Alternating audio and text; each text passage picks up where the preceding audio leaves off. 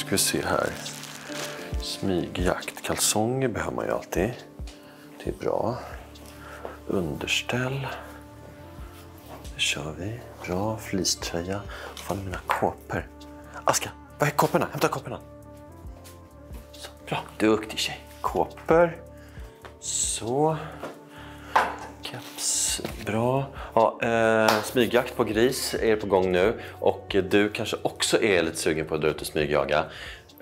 Om du vill ha lite tips på prylar, kläder och annat så har våra kompisar på Pricerunner skrivit en rätt bra artikel. Det finns en länk här under och på jakt.se om alla prylar man behöver när man ska smygjaga. Och där det då dessutom finns länkar till de billigaste och bästa priserna på respektive prylar.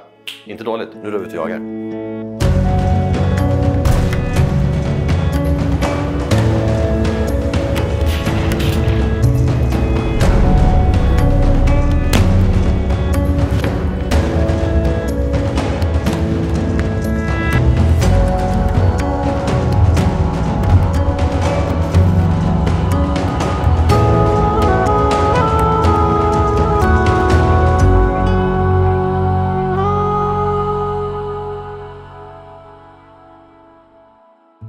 Ja, men varmt välkomna ska ni vara till ännu ett avsnitt av Jakt i jakt. Vad roligt tycker du? Och det tycker jag också. För idag ska vi jaga vildsvin.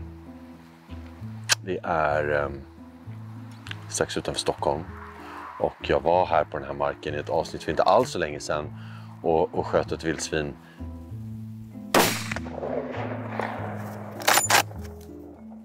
Men det räckte inte.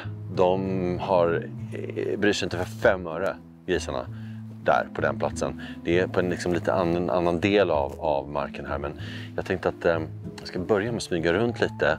Titta i kikare, kolla vad som finns på marken. Uppenbarligen finns här ju då både jättemycket mufflon och dovhjort.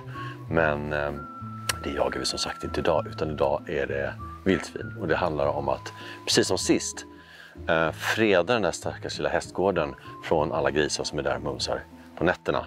Så jag har den här rackaren i näven, alltså det är ju siktet, men så att om det skymmer sen lite eller om man anar någonting så kan man använda den här och titta och se vad det är man ser. Det är lite svårt så här dags, för nu är det ändå 13-14 grader ute och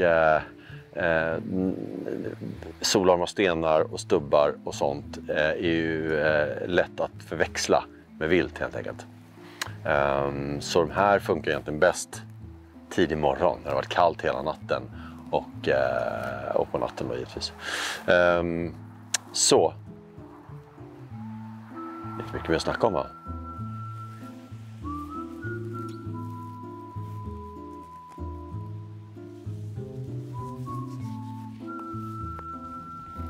Någonting är det. Någonting är som ligger där och glor.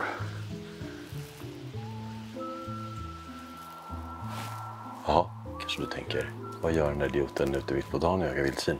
Jo, både jag och Pierre, ni kommer ihåg han Hunting Pierre, ingen har glömt honom, har ju varit här och jagat ganska mycket för. Och det här är nog att de få ställena där jag faktiskt har sett vildsvin ute på dagen någonsin.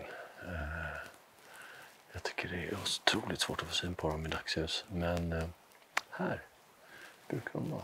På det här fältet just. Men inte just idag. Såklart.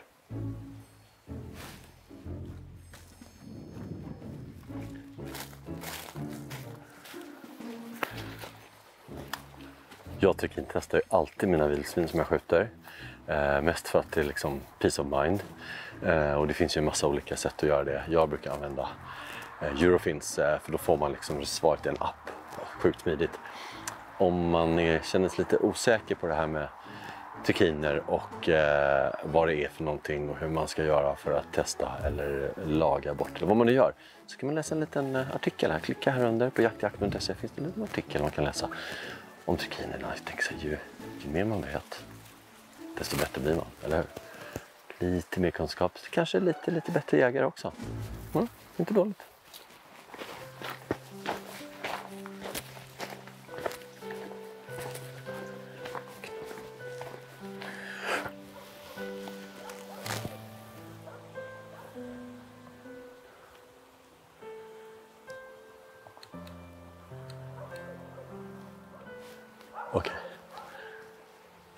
Bara så ni förstår, det här är alltså inte ett hägn. Utan det är så här det ser ut på vissa ställen i Sörmland.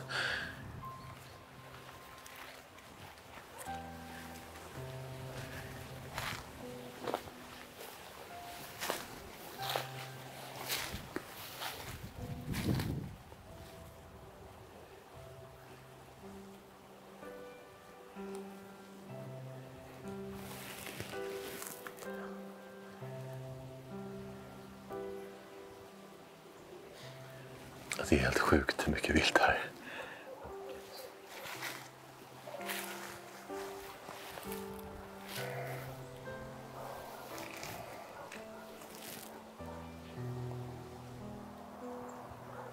Nu fick mufflorna syn på oss. Ja, de sprang 20 meter.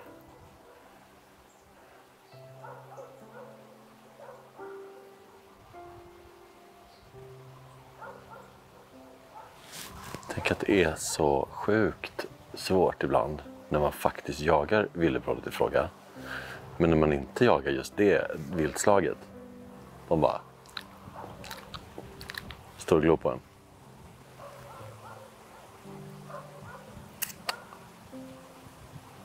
Nej, tillbaka till vildsvinen.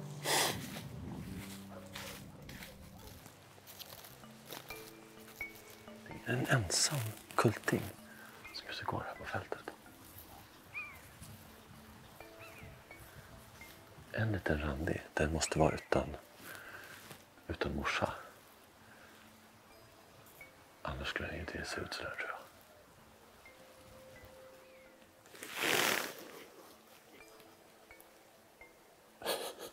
Rådjuren är bakom.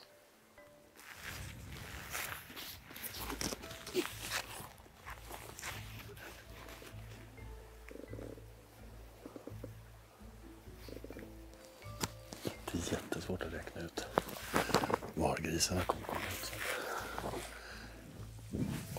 Jag har mätt upp lite avstånd här. Det är sjukt svårt att se i värmesiktet hur långt det är. Man har inga referenser. Man har svårt att se vinkel. Det är svårt att se vilken vinkel djuret står i.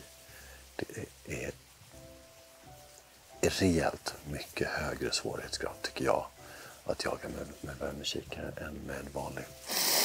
Så att det gäller att ha ganska bra koll på sin omgivning. Vilka skjutriktningar är det som gäller? Nu vet jag att det är 100 meter till vassen där lille pyjamasgrisen sprang in. Så vad som än kommer ut därifrån är ju närmare än 100 meter. Till svackan här, där det börjar gå upp, är det också 100 meter. Så där är liksom mina yttre parametrar, skulle man väl kunna säga, stående. Men även fast jag har stöd så tänker jag inte skjuta på någonting längre än 100 meter. Det är att be om problem mitt i natten, så att säga. Nu är det faktiskt bara att vänta på att det blir mörkt. De skickar ut en liten förtrupp i form av en expendable lilla syskon. De bara, gör inget om grisgugge går åt. Vi skickar ut dem och kollar. Så han stod där och lockade på oss, den lilla rackaren. Och sprang hem till mamma och sa att nu är det människor här på fältet. Kanske. Nu är det officiellt för mörkt för mig. Så nu åker värmekiken på istället.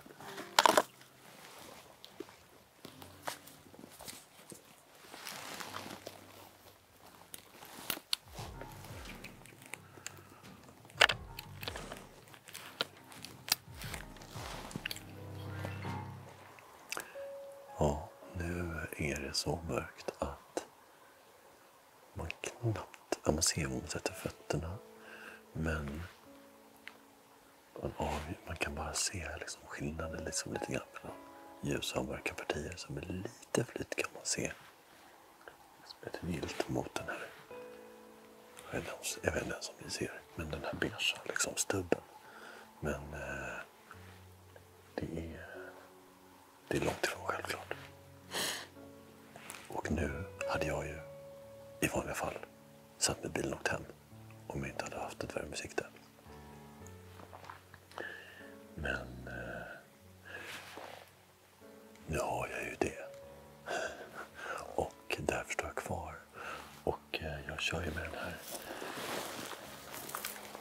Ja, ni ser nog inte riktigt hur det ser ut, men det här heter ATN Mars 4. Och ja, den är fullspäckad med funktioner såsom spela in videofoto. Man kan be den att spela in på rekylen så att den bara funkar som ett värmesikte fram tills det skjuter av. Då är det också en videokamera utan att du behöver liksom trycka på en knapp. Så har den wifi och så lite annat mys. Man kan koppla på lite. Man kan koppla på någon laser för avståndsmätning och så vidare. Det fina med wifi är om man kopplar upp sig på wifi. Då kan man liksom göra alla inställningar i liksom ett app-menysystem istället för att sitta med ögat mot och hoppa upp och ner knapparna i menyer och sånt. Det är alltid astrist att hålla på i menyer. Så att kan man göra det med en app tycker jag att det är jättebra. Så det är faktiskt positivt. Men till syvende och sist är det faktiskt bara ett sikte, eller hur? Och det ska ju funka som ett sådant. Och det gör det. För det har jag provat.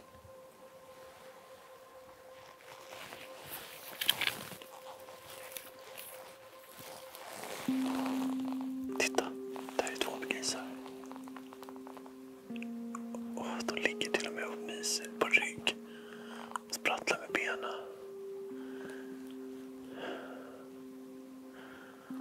Okej, 110 meter dit ungefär. Och det här är ganska mycket större än den där lilla Grandia som var här för en stund sedan.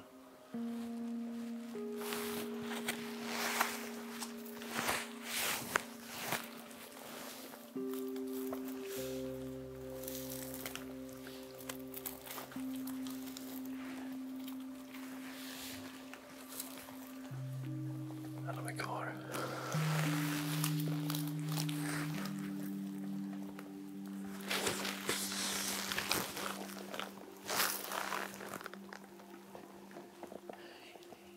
De är på väg bort mot hästhagen. Det enda jag kan riktigt avgöra på här i siktet det är svanslängden. Jag tycker att svanslängden ser ut att vara ganska stor. Så jag tror att de där är äldre än 1,5 år. Jag ska säker på det.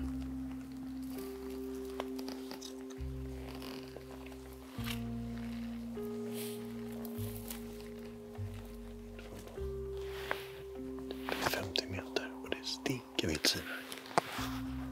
Jag tror att det är dags att visa de här att de inte har någonting här att göra. Okej, nu tar jag de här. Nu har de ätit länge nog.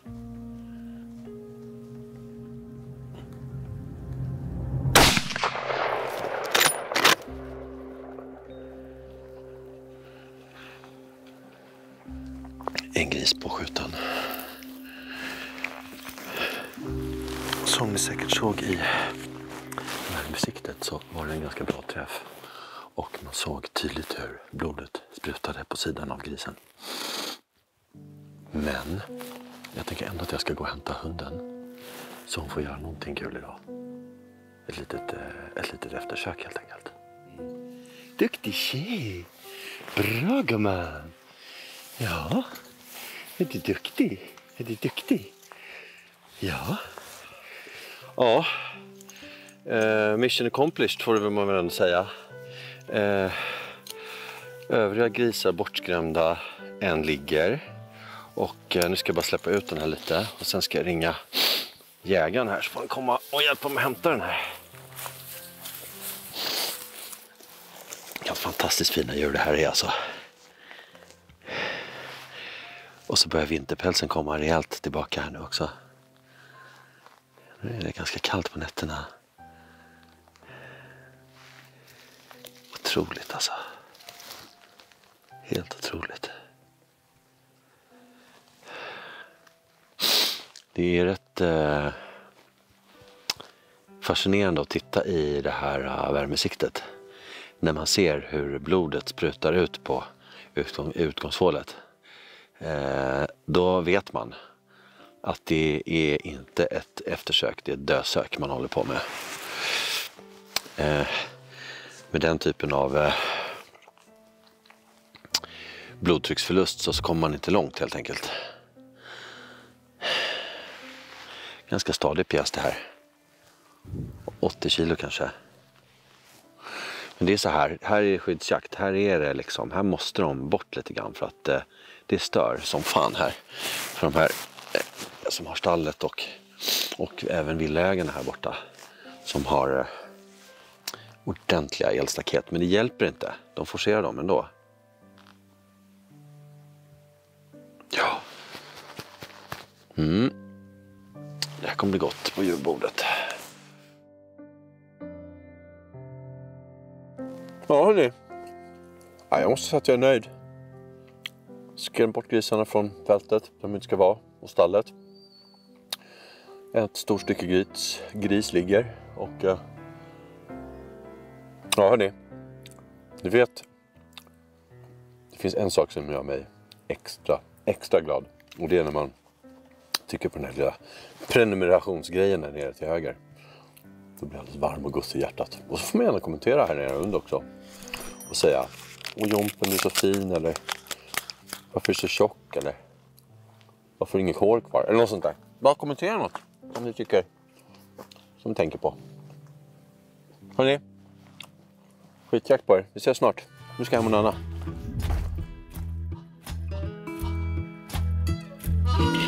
Down in Louisiana, where the tall pine trees grow, there live a preacher daughter, and she knows how to jelly roll. And a papa wanna save my soul, but a sweet talking daughter, Lord, she loves to jelly roll. Yes, she do.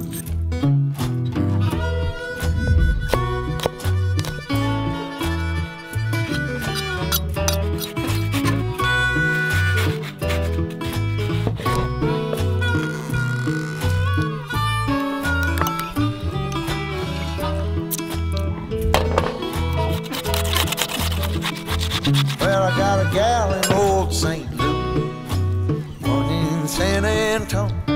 Come and get it while you can, for tomorrow I'll be gone. And my good gal sitting alone, she hollered her back, Daddy, Daddy, will you come in home?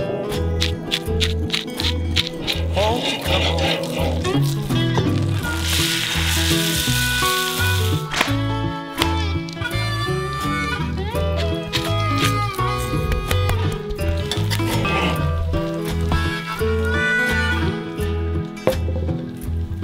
Well, she likes to say we shouldn't, but you know we always will. The hollers catch me if you can, runs up over the hill. Well, that's how she gets her thrill, saying that we shouldn't, but she knows we always will. Yeah.